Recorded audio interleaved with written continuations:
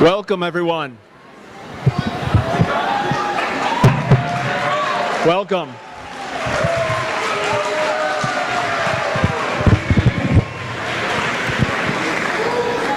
I thank you all for skipping your 6th and 7th hour class.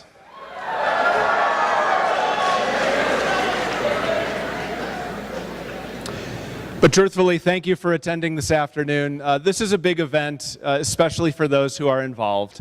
I want to point out the fact that all of the students who are helping with this effort, from the debaters on stage to the crew that checked you in at the door, have devoted many hours to preparation after school, before school, and on the weekends. And it's a great tribute to them and their efforts, talent, and preparation that this event can occur. As we engage in this political exercise every 4 years of selecting a new president, it divides us at times, it causes rancor between members of families and friends, and in this room our opinions differ. And many times the emotions overwhelm the more rational part of our mind. And today our goal with these soon-to-be adults is to try to steer this presidential election season back into the rational.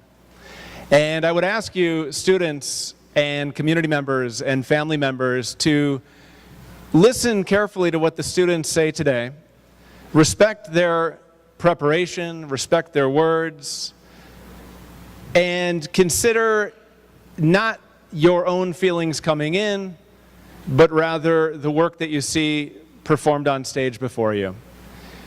So please, throughout today, try your best to keep emotional outbursts down to a minimum.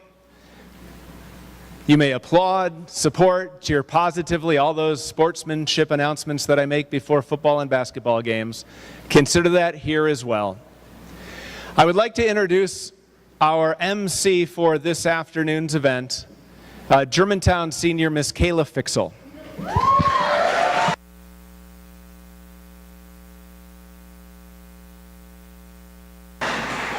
We the people. What a concept. We the people, regardless of class, gender, sexual orientation, religion, regardless of our differences, have an equal share in the democracy of this great country. We the people of the United States of America celebrate freedom of speech, freedom of religion, freedom of the press. We as American citizens are so fortunate to be able to live our lives as we so choose, to live in the land of the free.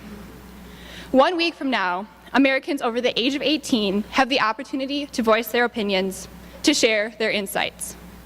2 candidates have been chosen to represent the central political parties in the United States, and in 1 week, we as Americans have the opportunity to make a vote to elect the leader of our country.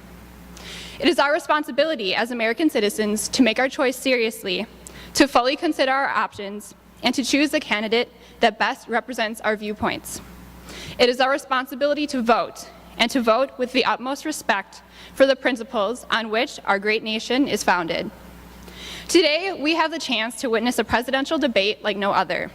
We get a chance to hear the presidential candidate's viewpoints without anger, malice, or destruction of character. Today, we hope to help you make a sound decision based on the candidate's policies and beliefs, not the media's interpretation. Student representatives have extensively researched the candidates and their policies and will be debating some of the prevalent issues in America. It is with pleasure that I introduce to you the representatives of each candidate. For Team Trump, Ms. Elisa Morales, Mr. John Knapp, Mr. Brady Challoner, and Mr. Russell Mendez.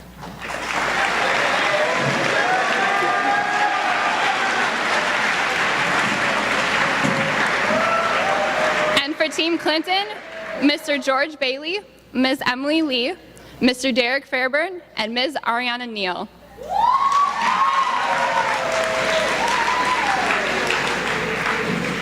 At this time, please stand for the national anthem.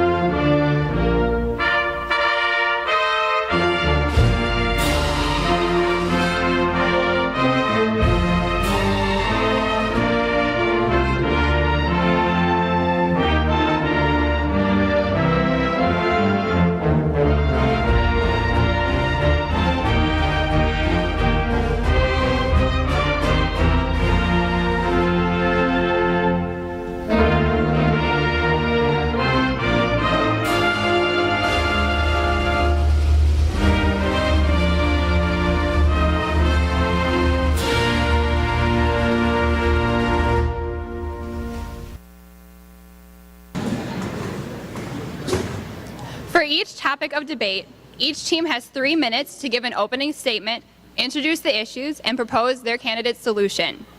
Following, each team has been allotted 90 seconds to refute the opposition's policies and proposals.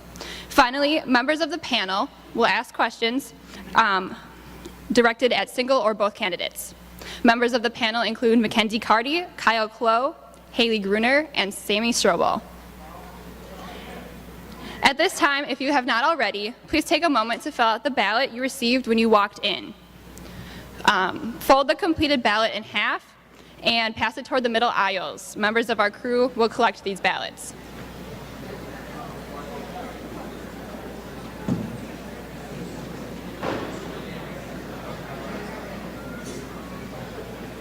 At the conclusion of each segment of the debate, you will again fill out a ballot indicating where you stand on the issue. Our hope is to measure the change in support before and after the debate occurs.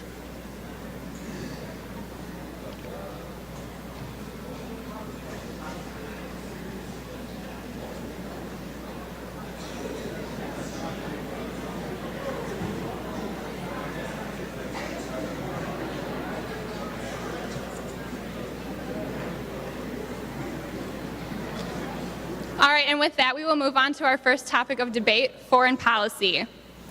There is growing unrest in many areas of the world today. North Korea has built up a supply of nuclear weapons, political turmoil has developed in Syria, and ISIS has risen as a major power in the Middle East. As a leading country in the world today, our stance and our actions regarding foreign affairs have a large impact on the entire world. Let's see what the presidential nominees Hillary Clinton and Donald Trump say about these and other issues. Debating policy for Team Clinton, please welcome Mr. George Bailey. Debating foreign policy for Team Trump, please welcome Ms. Elisa Morales.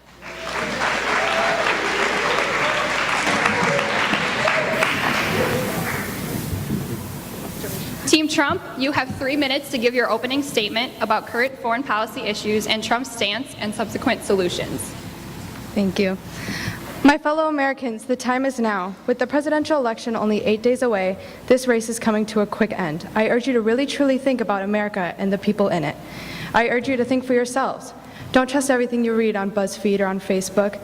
This election is one of the most crucial and unusual races we have ever experienced. It is important that each voter come to the polls well-informed in order to make an acquainted decision. Terrorism and foreign policies are two key issues we face as Americans today, not only for the next 4 years, but for the rest of our lives. The Global Terrorism Database reports that between September 11th, 2001 and December 31st, 2014, 3,000 Americans died based off of terrorist acts within America or within the world, and 2,900 of those deaths were within American soil. We live in a dangerous world. We absolutely need a president who is willing to take these terrorist groups head on in order to save the lives of the 325 million Americans living in this country today. Donald Trump is the Republican nominee that is the man for the job. Donald Trump knows the best way to take on terrorist groups is to be unpredictable. He also realizes that with our porous borders and border control, we open ourselves up to foreigners that can become the face behind the next terrorist attack on our own soil. In his book, The America We Deserve, published in 2000, Trump even successfully predicted an attack from Osama bin Laden within the United States. As president, Donald Trump will be able to successfully secure our borders, giving us a safe home to raise our children and generations ahead. Mr. Trump will stand strong against America's enemies. He will stop apologizing to them and start showing them that America is not to be messed with. That being said, he will not start wars frivolously, because he feels that we can never enter any conflict unless it makes us a safer country. He understands that war is not the only solution, but if it comes down to the safety of the United States of America, we must be prepared to defend ourselves against foreign countries. Mr. Trump said that there's nothing he'd rather do than bring peace to Israel and its neighbors, but he knows that we can't be the only policemen of the world. He encourages nations to stand up for themselves to protect their own land as well. People of America, we are being failed by the current administration as well as the Democratic candidate Hillary Clinton. Mr. Trump, on the other hand, has nothing but real solutions to problems such as NATO, Israel, China, Russia, ISIS, Syria, Libya, the list goes on. With Clinton, she has nothing but excuses for her role in Benghazi, lies and excuses for her emails that have put national security, families, and lives at risk, and a spineless approach to international and domestic threats to American security and finances. If we do not take action now, the Clinton administration could cause America to enter into international disaster.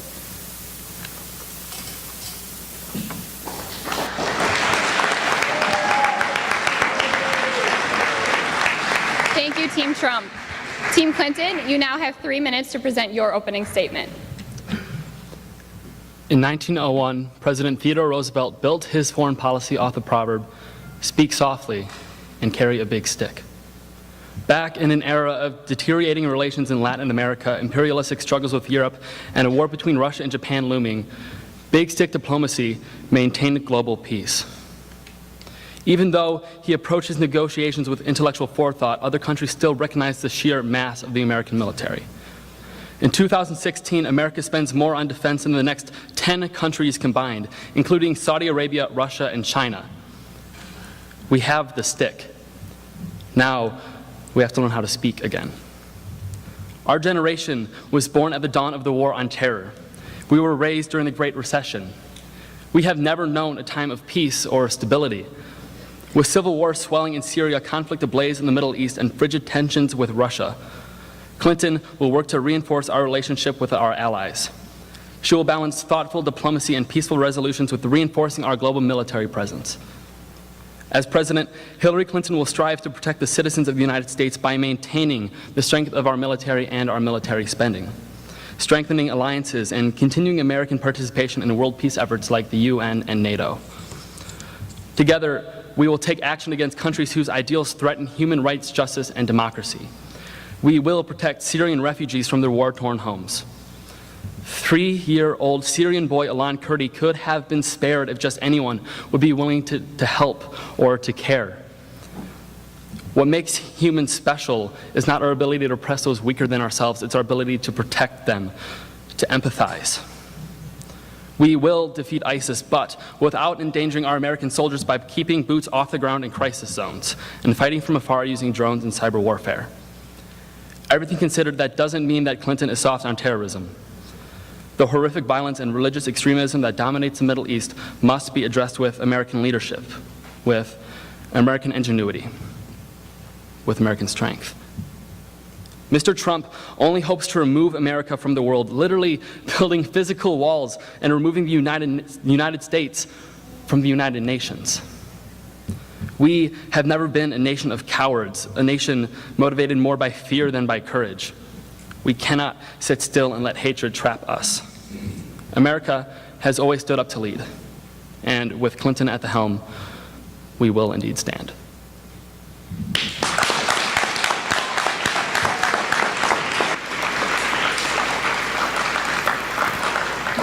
Team Trump, you now have 90 seconds to refute any information presented by Team Clinton.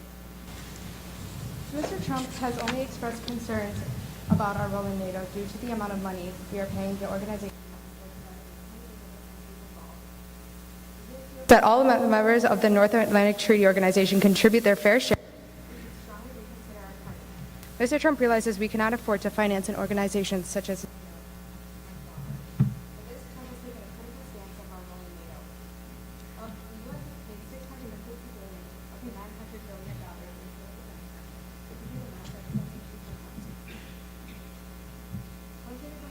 can reap some sort of benefit when she says that NATO is one of the best investments the U.S. has ever made. But in truth, we are spending that much money on an organization that has not yet successfully battled ISIS or other serious threats. For this reason, we need to reform certain things such as NATO, and we need to take a stronger stance to refugees from Syria because we don't know who they are or where they're coming from or who their affiliations are with. We can't know if they're linked to the ISIS organizations or to Al-Qaeda. We don't know where they come from, and for this we need to be vigilant, and we need to stop accepting refugees from countries that have a strong terrorist presence. Thank you, Team Trump. Team Clinton, you now have 90 seconds to refute any information presented by Team Trump. Donald Trump cares only about pursuing American interests and appears willing and eager to irresponsibly use our American military to punish our enemies, possibly even breaking international law and committing war crimes. He wants to enforce an extreme tariff on China, an economic policy proven to be ineffective and impedes on the free market, a main tenet of the Republican Party. Trump has been two-faced on nuclear weapons, saying Japan and Korea should get them while also saying they're the biggest danger to humanity. When asked about ISIS, he says his plan is top secret. He says he knows more about ISIS than our generals and then immediately admits that he's dependent of them. What I'm saying is, flip-flopping is not a foreign policy. He's wildly contradictory and utterly incoherent and wants to take rash and wild actions. He wants to needlessly put boots on the ground in Syria and Iran without even trying to compromise. He risks the lives of the brave men and women who are willing to fight for our rights. Men like Humayun Khan, who died for our country but was then ridiculed by Trump for his religion. Men like Senator John McCain, who spent time in a military prison and was then called a coward by Trump. Trump's separatist policy is not only reckless and lawless, but throws up arbitrary lines that separates America even further from its core values. We could build walls like cowards, or we could build bridges like Americans.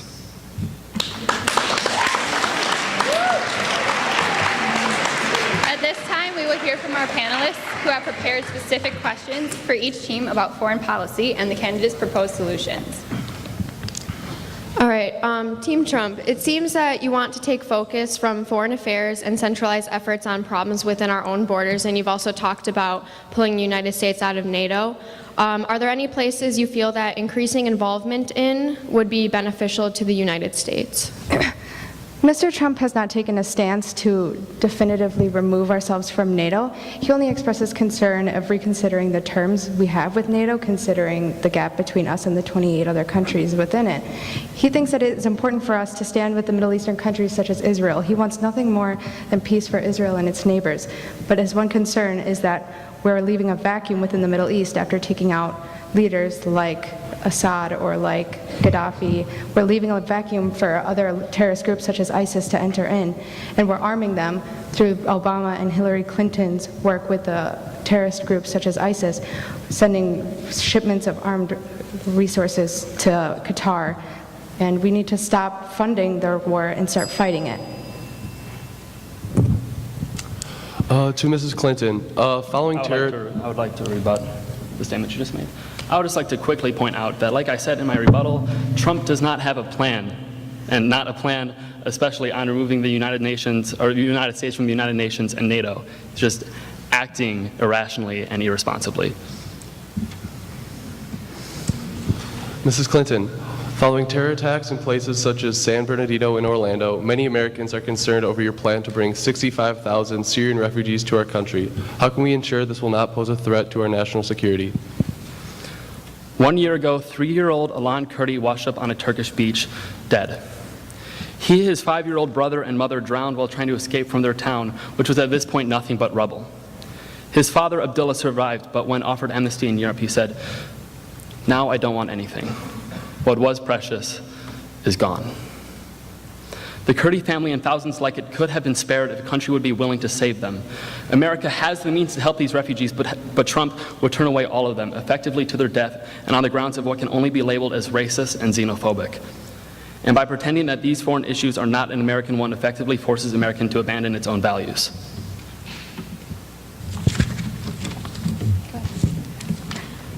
Regarding Syrian refugees in the United States and our way of not knowing whether they're affiliated with terrorist groups or not, Hillary Clinton has an amnesty idea for refugees from Syria. She is willing to accept 65,000, she has said, Syrian refugees, which is 550% more than the 10,000 that Obama had originally promised.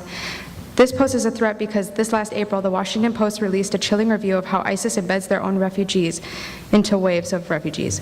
They stated that this last October, 198 migrants to Greece from Syria as refugees included 4 members of radical Islamic terrorists amongst them, posing as refugees. They also had falsified documents, but only 2 of the 4 were stopped for that, later to be released onto Europe. The other 2 that were not stopped went straight to France and ended up being affiliated with the bombings that happened in Paris. This is troubling because of the 198, only 4 were affiliated with the ISIS groups, and only 2 actually caused damage. But that's about 0.01% of the amount of terrorists that came into this one boat. Think of the 65,000 terrorists that would come in if we were allowed to allow Syrian refugees to come in, like Hillary and Obama have tried to do. All right, Team Trump, your candidate has openly expressed the possible removal from NATO, and your candidate has openly praised President Vladimir Putin, vowing to fashion better relations with Russia. But as he did in Crimea and eastern Ukraine, if Mr. Putin intervenes with military force in one of the other Baltic states, would you favor invoking NATO? and sending forces to counter Russia. I'm sorry, could you repeat the question? I didn't hear that too well. Your candidate has openly expressed the possible removal from NATO. Your candidate has also praised President Vladimir Putin, vowing to fashion better relations with Russia. But as he did in Crimea and eastern Ukraine, if Mr. Putin intervenes militarily with one of the Baltic states, would you favor invoking NATO and sending forces to counter Russia? Trump feels that an alliance with Russia in order to defeat terrorist organizations such as ISIS would be a temporary thing that would eliminate the threat of Russia attacking us, as well as uniting us to defeat a common enemy. Trump feels that the enemy of his enemy is his friend. We will not befriend Russia afterwards. We will just use them to help us defeat the serious threat that is ISIS. Russia is not the immediate threat to the United States, Mr. Trump feels. He feels that an alliance with Russia would help to defeat ISIS and eliminate other threats, as long as we can defeat ISIS with the unitation of both parties. It is important that we reconsider our role in NATO because we are paying too much for an organization that we can't afford. We're borrowing our monies from other countries. We can't afford to put $650 billion of the $900 billion of spending into this organization that hasn't successfully defeated ISIS or taken strong stances against it. Go ahead, Team Clinton. So, Trump's aiding of Russia is extremely dangerous in the fact that historically, aiding countries with such a violent history have not ended well for America. Ronald Reagan armed the Taliban and told the CIA to train bin Laden, which eventually led to 9/11. And then Reagan and H.W. Bush gave chemical weapons to Saddam Hussein, which led to the first Iraq War. Then Bush Jr. carelessly launched the second Iraq War after 9/11, overthrew the Iraqi government, and then left the Iraqi people to fend for themselves, which caused ISIS. So, acting without a plan and irrationally, as Trump clearly has, as she did not answer the question of how will we remove ourselves from NATO. All right, that concludes our panelist questions. Thank you, panelists. Let's have a round of applause for Team Clinton Representative George Bailey.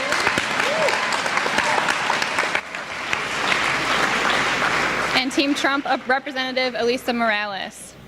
At this point, members of the crew will again be passing out ballots. Please take a moment to check where you stand on the issue, fold your ballot in half, and pass it to the aisles.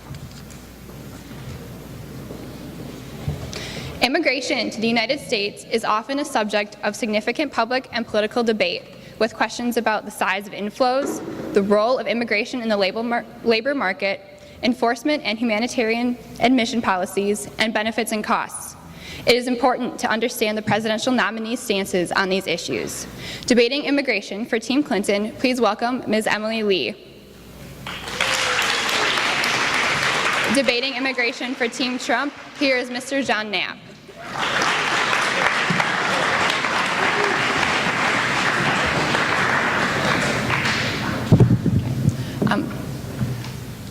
I'm going to give you guys a few minutes to fill out your ballots and we'll get started.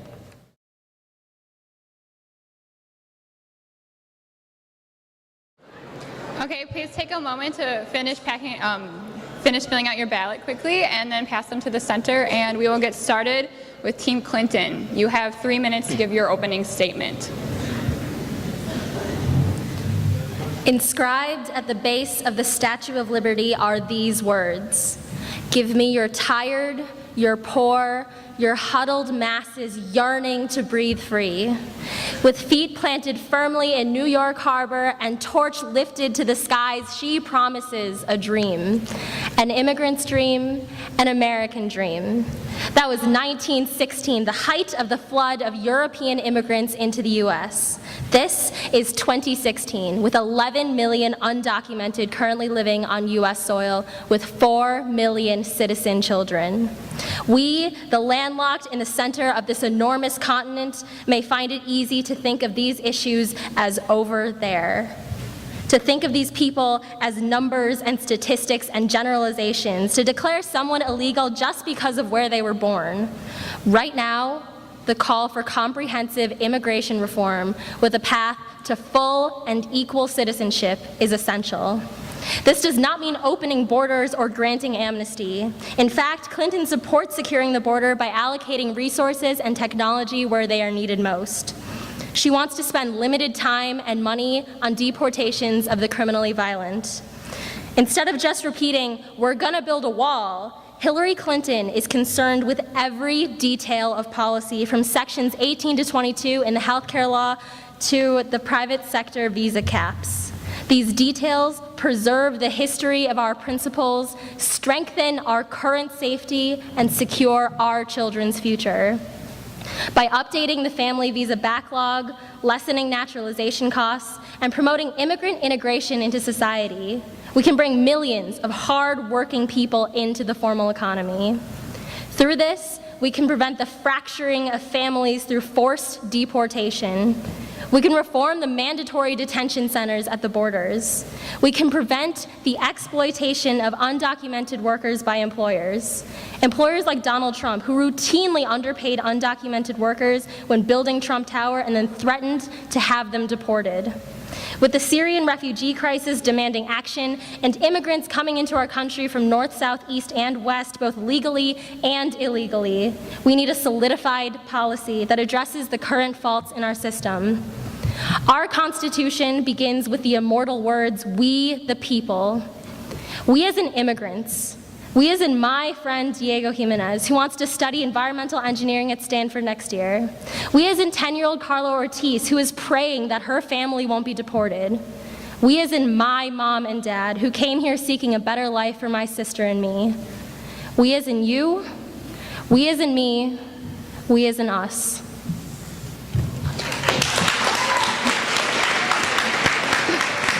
Thank you, Team Clinton. At this point, Team Trump now has 3 minutes to present the opening statement.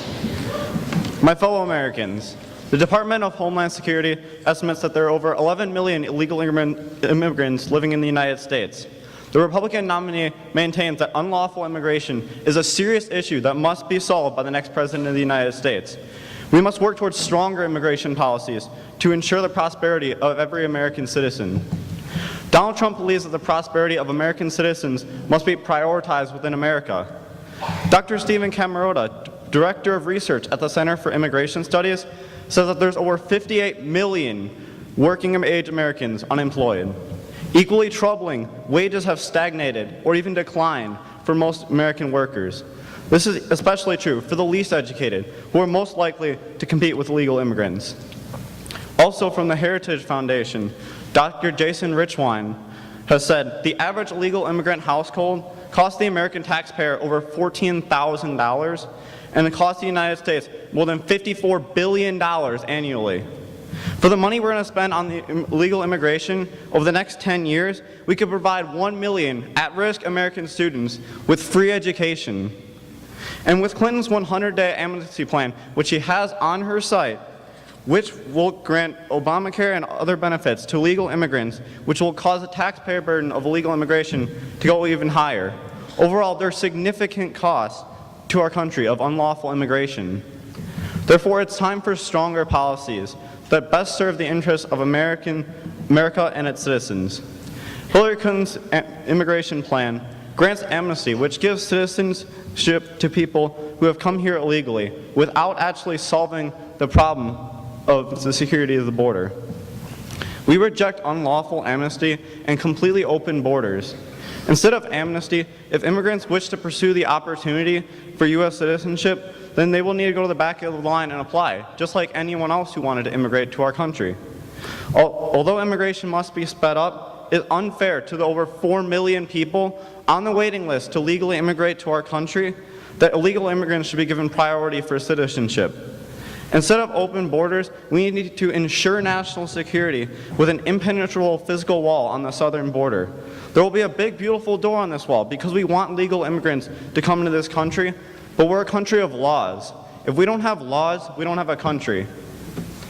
Finally, for all international immigrants, according to point 6 of Donald Trump's immigration plan, we must suspend the issuance of visas to any place where adequate screening cannot occur until proven and effective vetting mechanisms can be put into place. So organizations like ISIS cannot use these refugees as a way to smuggle radical Islamic terrorism into our country. For all these reasons, Donald Trump has been endorsed by the National Border Patrol Council and the National Immigration and Custom Enforcement Council for his strong position on immigration.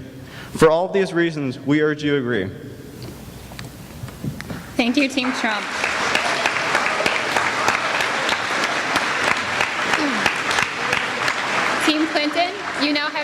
seconds to refute any information presented by Team Trump. Trump's most concrete proposal for immigration is to build a wall. First, let's evaluate the cost. According to research economists, the wall will cost at the very least $25 billion. The Congressional Budget Office also estimates that the maintenance alone will exceed this original cost in 7 years. As for its efficacy against migration, 35-foot tall walls just create a market for 36-foot tall ladders. And walls against drugs? Cartels use tunnels and cannons to avoid this. We don't need some big, expensive idea that was pulled out of thin air. We need comprehensive immigration reform that considers every possible situation and offers solutions rooted in reality. Donald Trump entered the presidential race last year by declaring that Mexico was pushing its drug dealers, criminals, and rapists across the borders. He proposed a ban on Muslims entering the country a few months ago. I could bring up actual research, including the 2013 report that states the overwhelming evidence that immigrants are less crime-prone than their American citizens. However, there is something bigger here. We, as a country, need to unite and reject all rhetoric that targets and diminishes the lives of our fellow human beings. This racist and xenophobic language doesn't make us tougher or better or safer. It makes it harder for us to recover, to repair, and to rise. It betrays who we are as a nation that has always been driven by hope, not fear. Thank you, Team Clinton. Team Trump, you now have 90 seconds to refute. Although I respect my opponent, I must disagree with her policies and prove why they are flawed. Hillary Clinton's policies do not solve the crisis posed by illegal immigration, and in fact will make many of these problems worse. While Clinton wants to grant immediate citizenship for illegal immigrants, the line for people waiting to legally enter this country is over 4 million people long.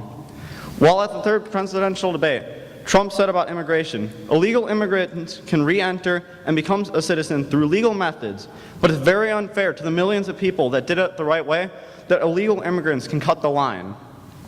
And although Clinton likes to talk about keeping families together, she does not talk about the thousands of American families whose lives have been torn apart by Obama and Clinton's weak policy on the deportation of illegal immigrants who have committed crimes. First, there's the case of 90-year-old Earl Orlander, who was brutally beaten and left to bleed to death in his home, 90 years old and defenseless. The perpetrators were illegal immigrants with criminal records a mile long who did not meet the Obama administration standards for removal. Another victim is Kate Steinle, gunned down in the sanctuary city of San Francisco by an illegal immigrant, deported 5 previous times. And these are just 2 of the thousands of examples of Americans whose lives have been torn apart by Obama and Clinton's weak policies. Under Clinton's plan, she claims she's all for border security, but if you read her plan, there's nothing really there. Seriously, go on her website and read it. There's nothing there to prevent future continued illegal immigration. Because of Clinton's weak immigration policies, I urge you to agree with and vote for Donald Trump in this coming election. Thank you, Team Trump.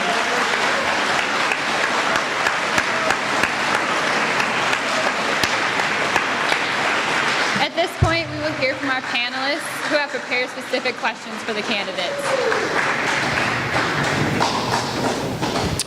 This is to Mrs. Clinton.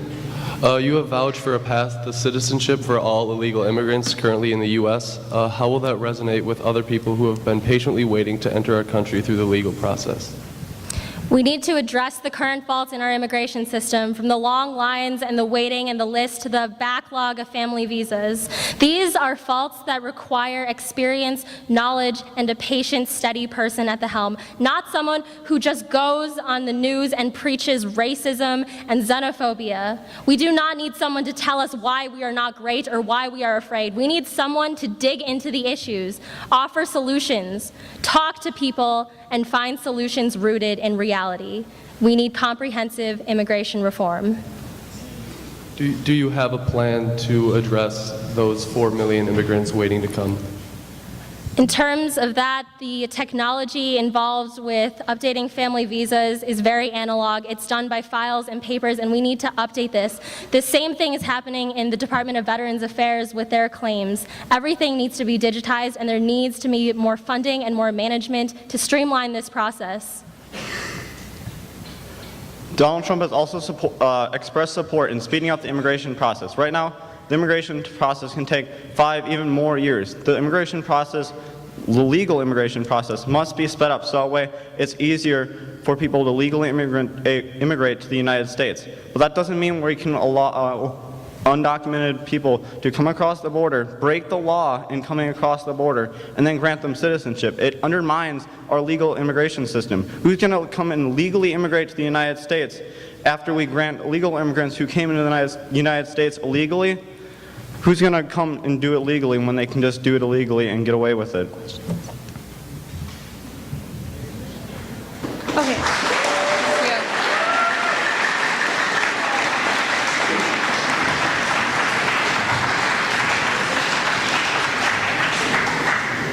This question is directed toward both candidates.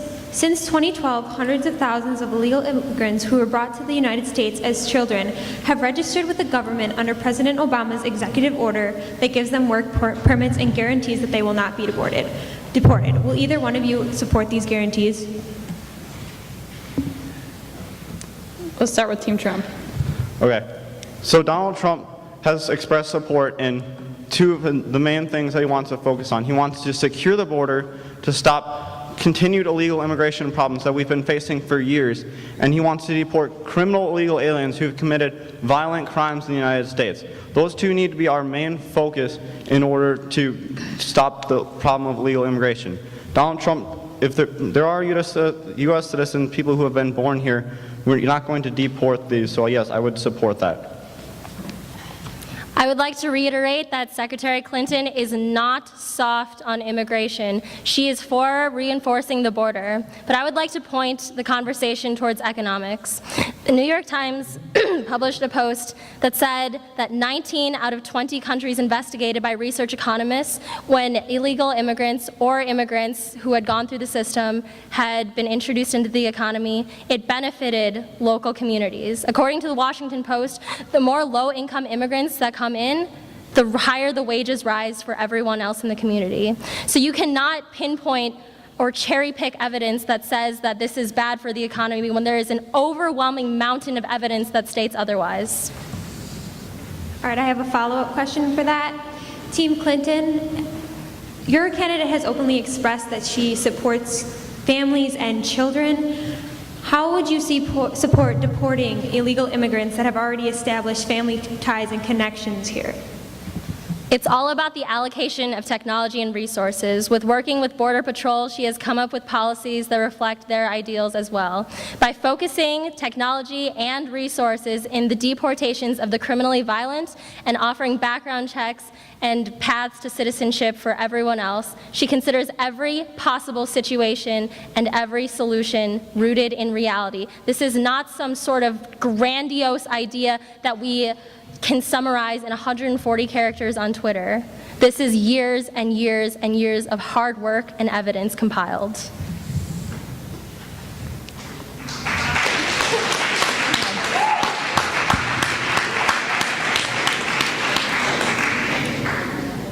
Okay, Mr. Trump, you want to build a wall on the Mexican-U.S. border and make Mexico pay for it. You also have expressed plans to give aspiring American citizens a test that basically ensures that you'll find what you consider the right ones that will fully assimilate with American culture.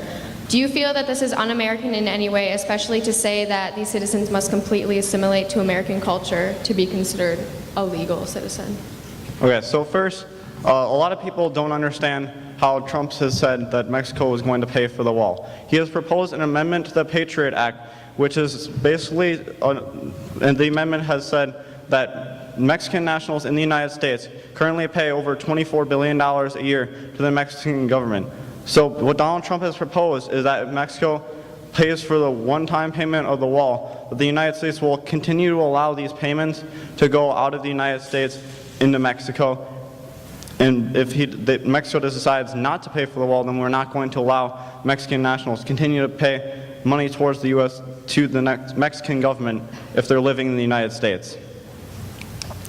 I believe what my opponent is referring to is the trade deficit between the U.S. and Mexico. This is also understood or misunderstood by my opponent. See, the trade deficit isn't kept in this giant bank in Mexico. It's spread and distributed between individuals, individual businesses, and homeowners. See, this isn't something that you can just make Mexico pay for because it is spread out so diversely throughout their population. It's not something that Mexico as a nation can pay for because it's not this tangible thing. It's a nebulous system of economic policies that I honestly think my opponent fails to understand.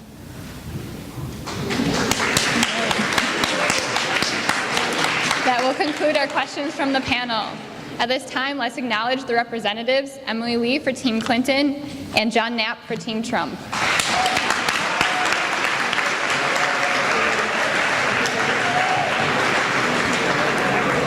All right, at this time, crew members are again passing out ballots. Please mark with whom you stand on immigration issues now that the debate has concluded, and pass those to the middle aisles.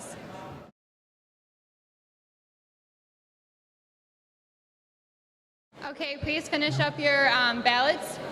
And at this time, we will move on to economy and jobs.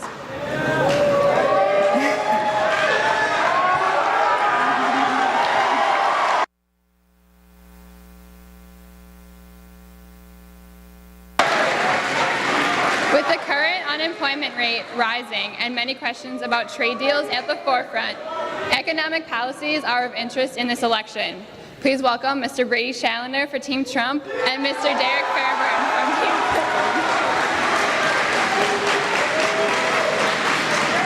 Team Trump, you have 3 minutes to give your opening statement. Thank you.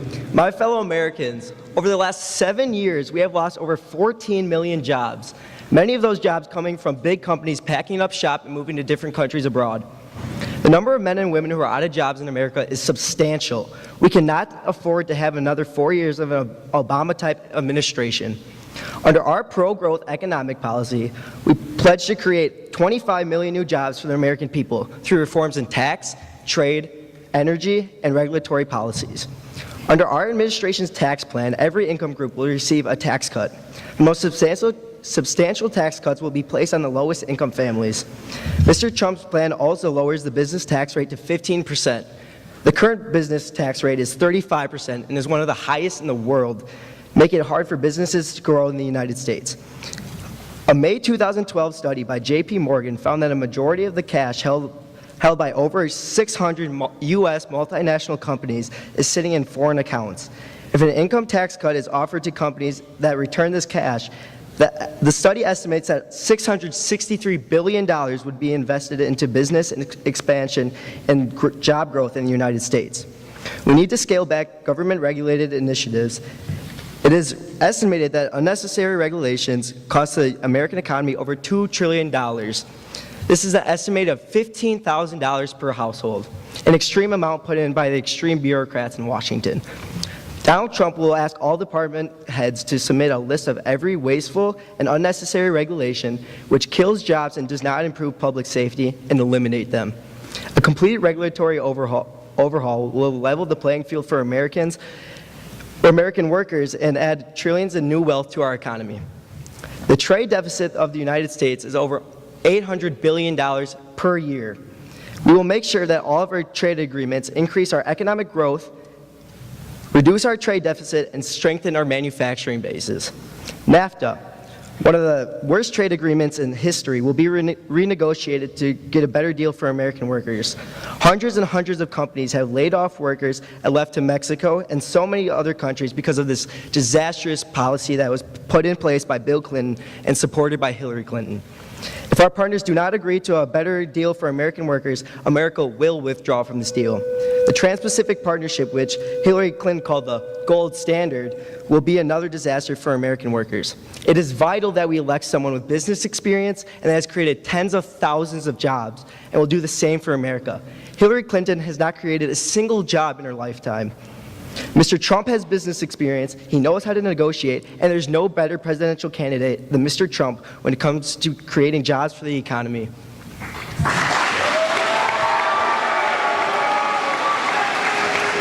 Thank you, Team Trump. Team Clinton, you now have 3 minutes to present your opening statement. $19 trillion. Right now, our national debt is well above $19 trillion and growing as we speak. We don't have time to just criticize the American economy. What we need is a solid plan to get jobs back in America. What we need is an energy sector that is good not just for our economy, but for our world. What we need is to ensure that our American workers are treated fairly by their employers. This is the path to a great economy.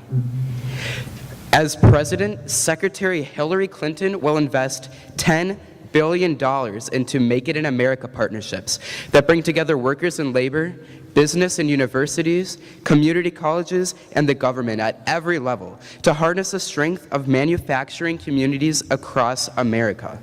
She will say no to trade deals like the Trans-Pacific Partnership that do not meet her high standard of raising wages, creating good-paying jobs, and enhancing our national security. Despite what my opponent wants you to think, NAFTA has actually created over 5 million U.S. jobs from the commerce it has fostered. And in addition to bringing foreign jobs back into America, Clinton will focus on creating new jobs right here at home. By making public college debt-free, income is removed once and for all as a barrier to higher education, introducing to otherwise qualified students the opportunity to gain an education. Who knows? Today's kids in poverty may be tomorrow's entrepreneurs, able to create countless jobs across the nation. But what will tomorrow look like? The potential for innovation in renewable energy is limitless. Clinton wants to generate enough clean energy to power every single American household. 500 million solar panels installed by the end of her first term. Just think of how many jobs that will create. Expand this to the rest of American infrastructure. Expanding public works like rebuilding our roads and bridges will provide countless new jobs in the public sector. By making sure the wealthy pay their fair share and closing tax loopholes, we can still add American jobs without adding to the American debt. My opponent wants to drastically cut taxes on the wealthy and lump Americans into 3 tax brackets: rich, middle class, and poor. Under Trump's tax plan, the tax foundation estimates that federal revenues will decrease by between $2.6 and $3.9 trillion. Even the most conservative projections have Trump's plan adding $2 trillion to the U.S. national debt over the next 10 years. This is 10 times more than the amount that Hillary Clinton's plan will add. Other projections, like the one from the Tax Policy Center, have this number as high as $7 trillion, 36 times the amount that Hillary Clinton's plan will add. Bringing back the American dream, equality of opportunity. If you work hard, you can rise. We need to bring these ideas back. Hillary Clinton's plan for our economy will make our economy more inclusive of everyone, leading us forward into the future and not launching us backwards into the past.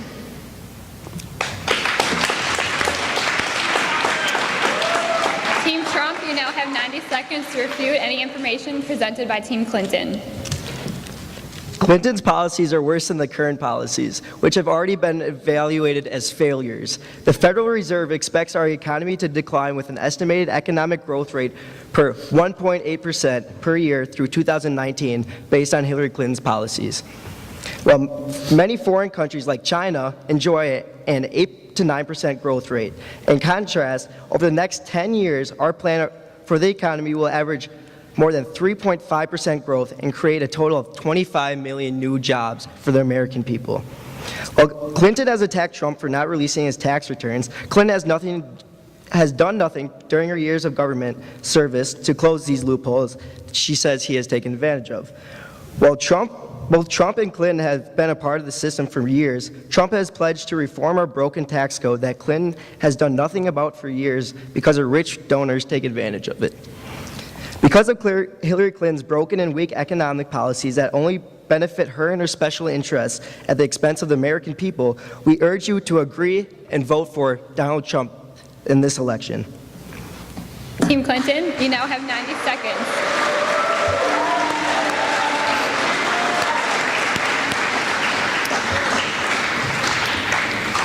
My opponent would like to paint nearly every trade deal that the U.S. has ever made as costing us jobs and hurting our economy. This is not the case. NAFTA and other trade deals have increased the markets for American-made goods, stimulating our economy by increasing our exports and demand for goods made in America.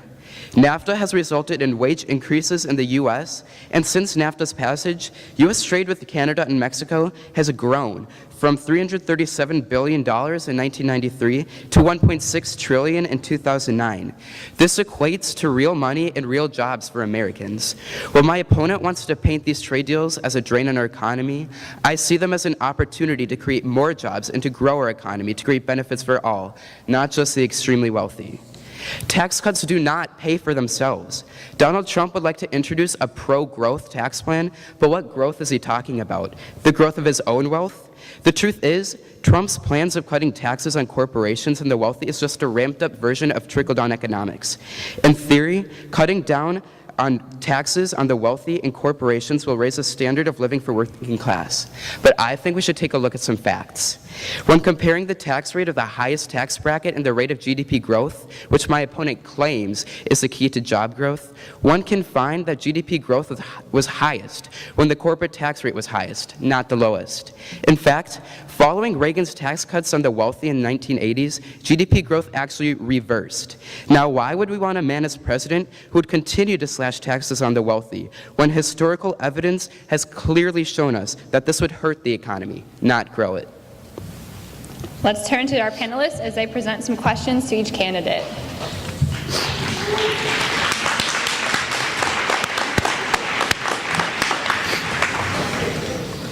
Okay, Team Trump, your candidate has talked about creating 25 million jobs, and he has promised to bring back millions of jobs for Americans that are overseas. How is he planning to bring back the industries that have gone overseas for cheaper labor costs? As stated, we are going to reform taxes, trades, and other regulatory policies which will bring back jobs to the American people.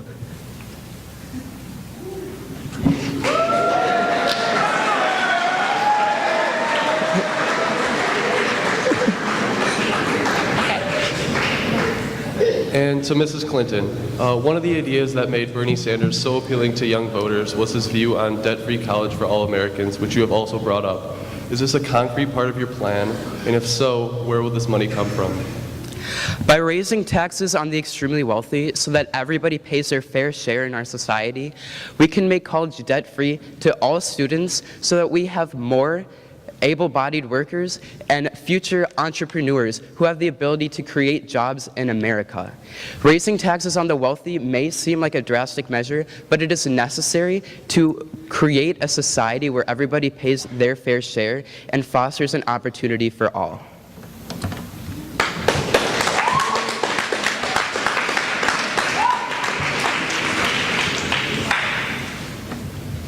Okay, this can be directed towards both candidates. The economy has grown slowly in recent years, and one reason is the prolonged slump in productivity growth. What steps would your administration take to encourage innovation and investment? Can the question be repeated? Yeah. The economy has grown slowly in recent years. One reason is the prolonged slump in productivity and growth.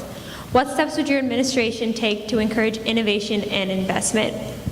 Mr. Trump will bring back manufacturing jobs to the United States of America, and through that our productivity will grow, and our productivity will grow, which will create more product and more economic growth in our country.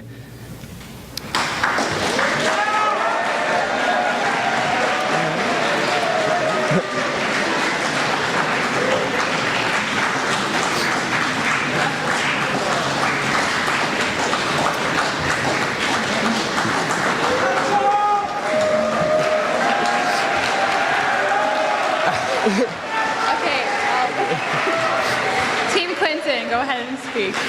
While my opponent offers empty promises to bring jobs back into America, Secretary Hillary Clinton actually has a plan to invest $10 billion into manufacturing communities throughout America. Secretary Hillary Clinton wants to make college debt-free so that we can have more Americans educated and productive, leading to future innovation for our next generations and the years to follow. Thank you.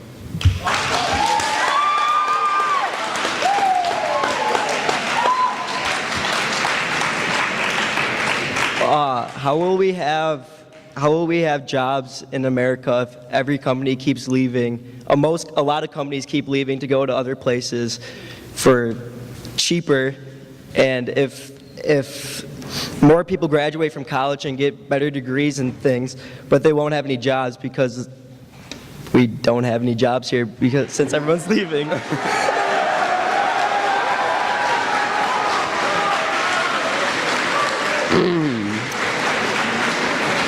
Well, first of all, I'd like to address my opponent's comments on how more people will be able to go to college.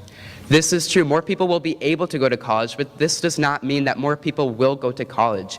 We will remove income as a barrier to education. This does not mean more people will go to college. This does not mean less qualified people will go to college. This just means that people who are just as qualified as you and me to go to college will be able to go because they can afford it now.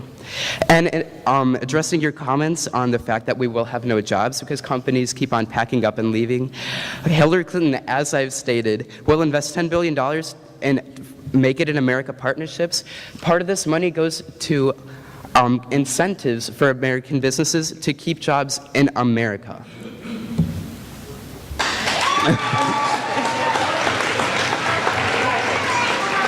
While Hillary's been in government, she has not been able to create jobs.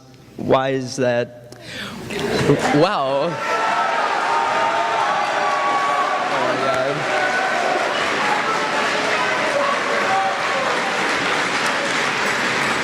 Okay, that's all the time we have. We're going to move on to the next topic. Okay,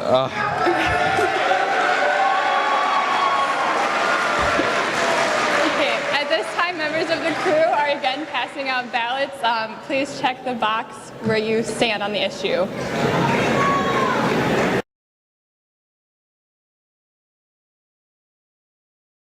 All right, at this time, please finish marking your ballots, and we will move to the final topic of debate, which is race relations. The number of police brutality cases in the United States has risen dramatically in recent years, and unrest is growing as the Black Lives Matter and other movements have gained momentum. According to the most recent census, Milwaukee, Wisconsin is one of the most segregated cities in the nation. With the growing tension, it is imperative that we fully understand the presidential candidates' views on these issues. Representing Team Clinton is Ms. Ariana Neal, and representing Team Trump is Mr. Russell Mendez.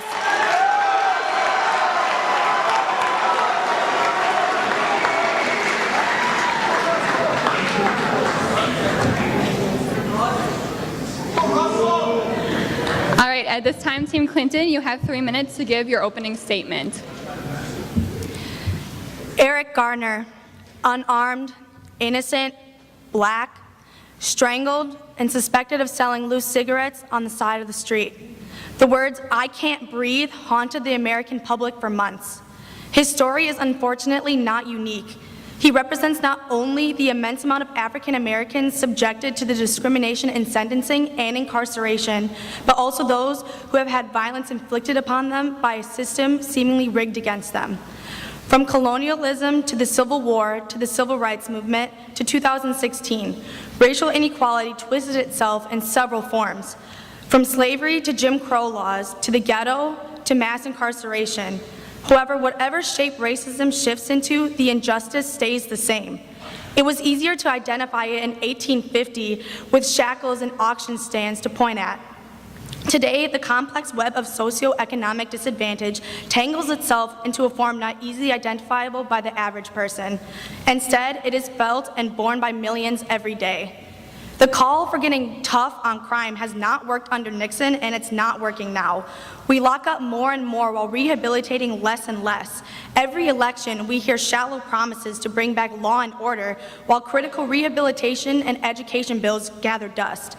Today's criminals are tomorrow's neighbors, and if we simply keep dumping money into police and prisons, the root of the problem will not be addressed. According to a study conducted in 2013, black and white men were equally likely to possess drugs. However, 1 in 3 black males and 1 in 6 Hispanic males will be arrested at some point in their lives, as 1 in 17 white males. Additionally, drug sentences for black men were 13% larger than those for white men convicted of the same exact crime. Families with low income don't have access to the best schools for their kids. Some won't even make it past the 5th grade reading level. Not only does former Secretary Clinton advocate for better policing procedures, and she plans to strengthen the education system in low-income areas. Alternatively, we the people need to seize focus on the privilege and ensure that everyone has access to the same opportunities as well as are guaranteed the same human rights. It's easy to look away. It's easy to turn off the screen, to shut off your laptop, and to lock your phone, but that's not the solution. America, listen, it's easy to blame other people, but that's not the truth. Looking away is how we got to the highest rates of incarceration in the world. Looking away is how we bury over 100 unarmed black people every year. Looking away is how we bought into believing that racism is dead. America, it's time to wake up. Thank you, Team Clinton. At this point, Team Trump now has 3 minutes to give their opening statement. My fellow American voters, Donald Trump has said, our nation has become too divided. Too many Americans feel like they're lost hope. Crime is harming too many citizens. Racial tensions have gotten worse, not better. This is not the American dream we all want for our children. While liberal politicians have run inner cities for years, many problems still exist in minority communities. Donald Trump is committed to solving these problems by healing community and police relationships, reducing drug and crime, and increasing economic opportunity for minorities. Although Clinton has said she has helped minorities, they have suffered economically for years. As the unemployment rates rise, African Americans have become poorer. African American communities have suffered for years under liberal policies. For example, during Clinton's Senate term, job growth fell overall, and with manufacturing jobs falling 25% according to Washington Post data. She also failed to produce 200,000 jobs in her Senate run. She even called African American youth super predators. It is undeniable that minorities have suffered for years under liberal politicians like Hillary Clinton, who have run inner cities where economic opportunity is non-existent, where education is poor, and where the crime is at all-time highs. Trump has many race-related problems that he can fix. To fix these problems, we need to heal the divide between the community and the police. We can do this by increasing the funding to the police force and bringing down the entire rates of officer shootings. Also, holding police accountable for what they're doing can help reduce the crime rate. We must restore law and order. We must restore confidence of our people to be safe and secure in their home and on the street. Drugs are also hurting minority communities. An estimated 23 million Americans have drug-related problems, and drugs are getting worse. Economic opportunities in inner cities have decreased as a result to drugs and other related crime. Donald Trump believes that the reduction of drugs will cause a reduction in crime, which then increase the economic opportunity for everyone, especially minorities. Also, drug treatment programs will help many people in our country, especially those who are afflicted with drugs and who are suffering drug addiction. This and other Trump policies will increase opportunities that will help minorities escape poverty and reduce crime in inner cities. Trump's economic plan will increase jobs, resulting in higher wages, employment for minority communities. Negotiating deals like NAFTA, investing into our infrastructure, will increase economic opportunity for African Americans. Reducing taxes and regulations will also cause businesses to come back to inner cities and with them bringing jobs, and with jobs reducing crime, and which then will allow the inner cities to thrive. Although Clinton has talked good around election time, her policies have failed minority communities both socially and economically.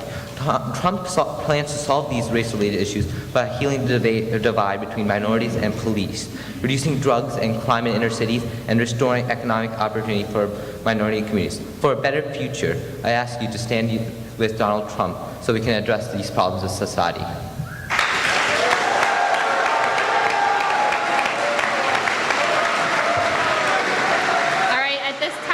Clinton, you now have 90 seconds.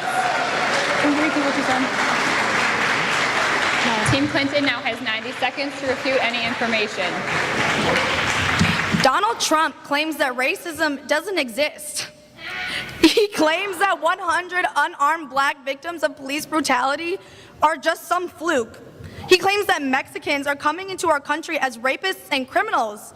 Listen, it's easy to accept these answers. We don't have to think and you don't have to pay attention. But to every black, Hispanic, and person of color in this country who works hard every day and is forced to bear the burden of racial injustice, these words from what seemingly is a serious political candidate cut deep. Donald Trump brings up a huge difference between the candidates. When Clinton worked for the Children's Defense Fund, helping to defeat discrimination against children of color in schools, Donald was being sued by the Department of Justice for violating the Unfair Housing Act. Clinton helped reform the education system while he was borrowing millions of dollars to start his business.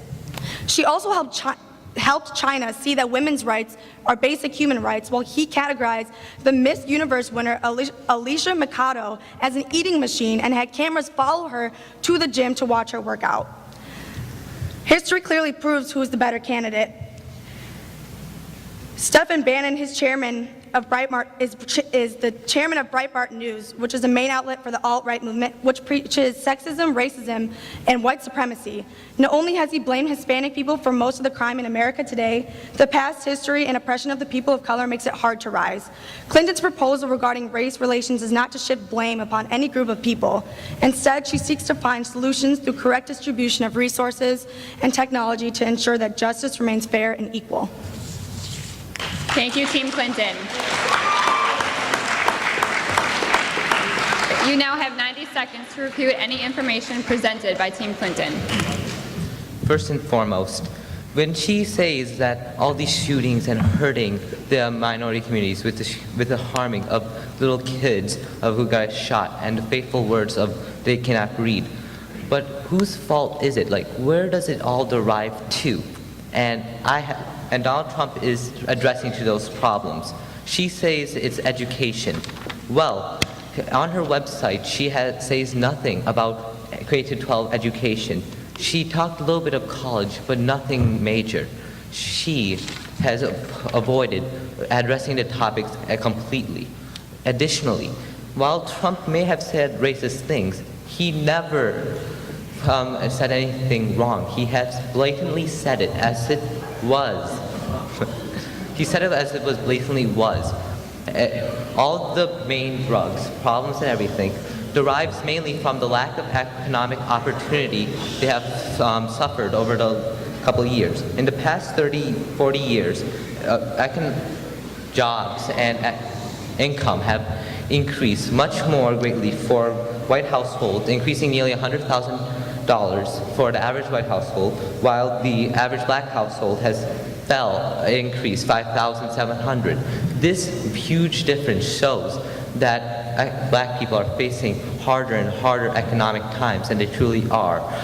Thus, they are taken to much more means to make ends meet. And these horrible, shady ends to meet will end up costing them.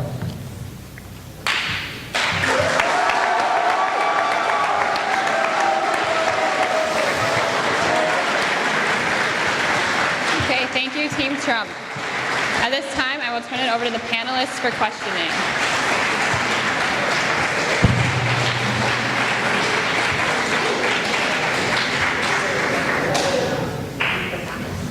Okay, Secretary Clinton, you are very adamant in your efforts to bridge the gap between races and help improve race relations. However, during your husband's presidency, you were supportive of the crime bill he passed, which essentially established a strike system and devastated the minority population. You have also referred to the African American youth as super predators. How do you feel this will affect your campaign, and what would a Hillary Clinton presidency do to relieve these tensions? Can you just repeat the question again? Sure. Yeah, I know, it's super long. Okay. Secretary Clinton, you are very adamant in your efforts to bridge the gap between races and help improve race relations. However, during your husband's presidency, you were supportive of the crime bill he passed, which essentially established a strike system and devastated the minority population.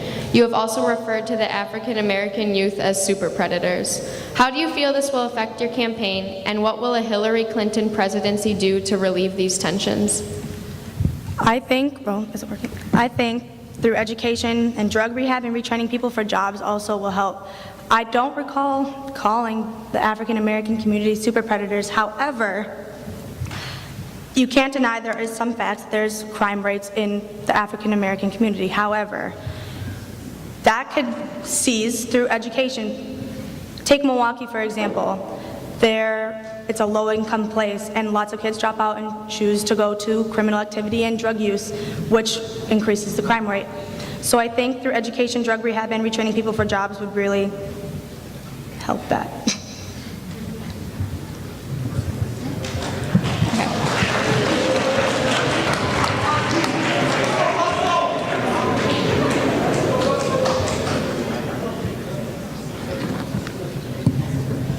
Do we have any more questions from the panelists? Okay.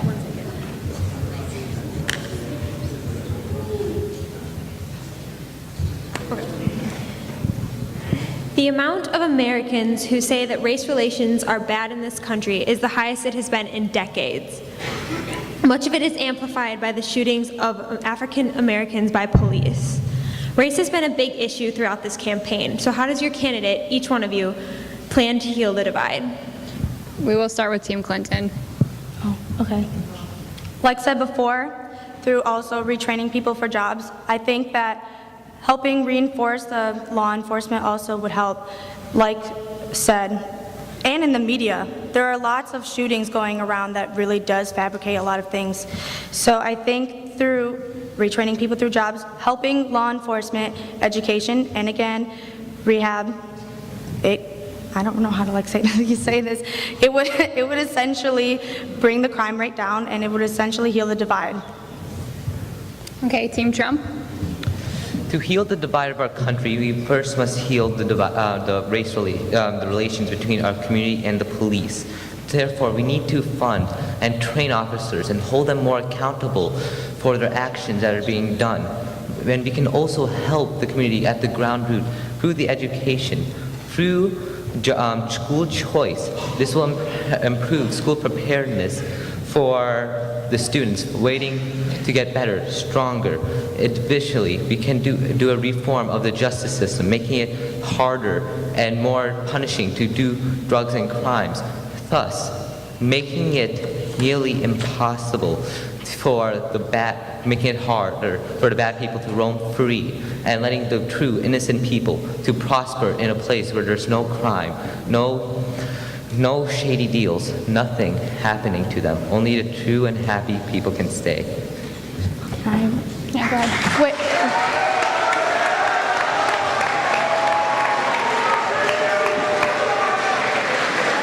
I just want to clarify.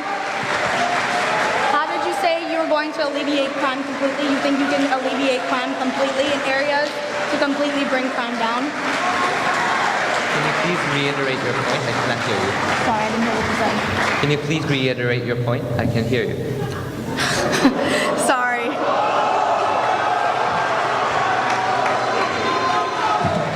Oh, calm down. It's not that deep. Sorry. Can you repeat how you said that you would alleviate most crime in communities? You said that people would prosper in communities where there was absolutely no crime going on. How is that, in your candidate's position, possible? Gladly. First,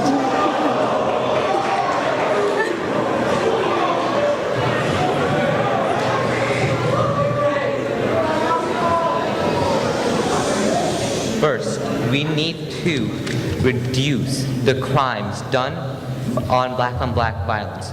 By reforming the community at the ground root, people, communities, minorities will understand each other, and therefore entire communities will band together in taking in peace and dropping arms and choosing to live a nice and peaceful life. Additionally, going on to the drugs, by making it harder to attain drugs, making it more punishing, more risky to even dabble in the world of drugs, less people will try to getting into the horrible world, and more people will stay safe, clean, and out of prisons, therefore making crimes and opportunities non-existent in black communities and minorities as well.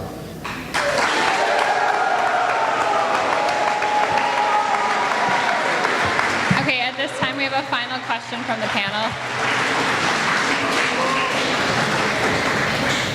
Team Trump, you said that we've got to do everything possible to improve policing and go right to the implicit bias. First, do you believe that police are implicitly biased towards black people? And if so, how exactly do you plan to fix this? I believe that Donald Trump believes that police... Okay.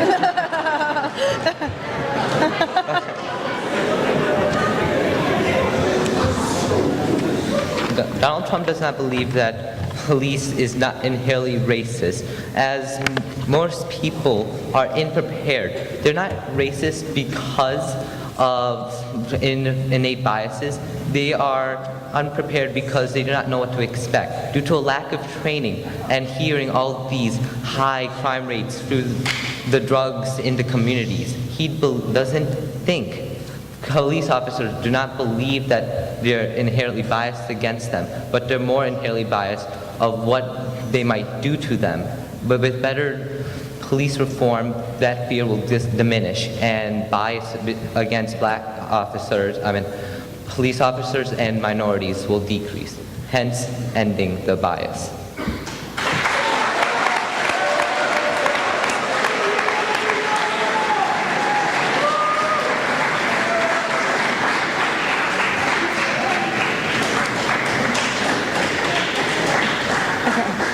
So basically, what you're trying to say that Eric Gardner, who was strangled to death for doing nothing wrong, was his fault, and the police didn't use implicit bias when shooting him? Or the person that had car troubles and that was shot 3 times because he was black?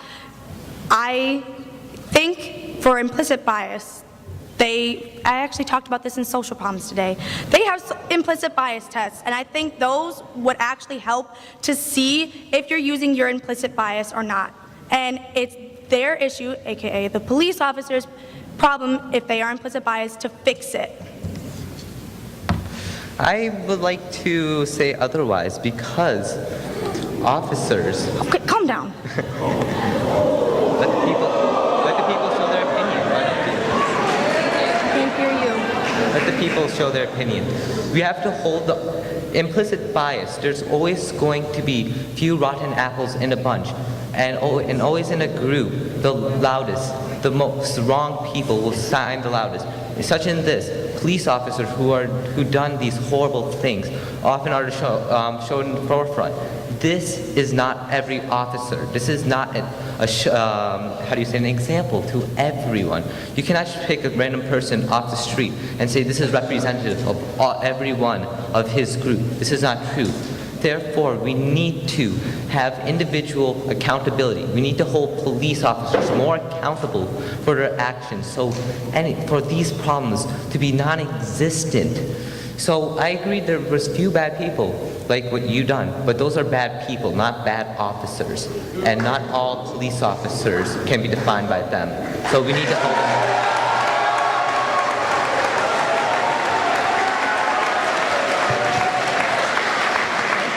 All right, this concludes our 2016 presidential debate.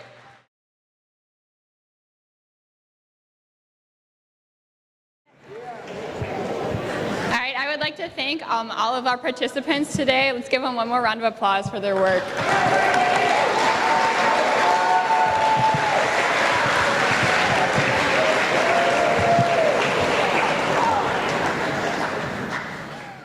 to thank you all for coming one more time. I hope you enjoyed it and got some good information out of it. I'd also like to give a shout out to Mr. Arno for doing such a great job organizing this.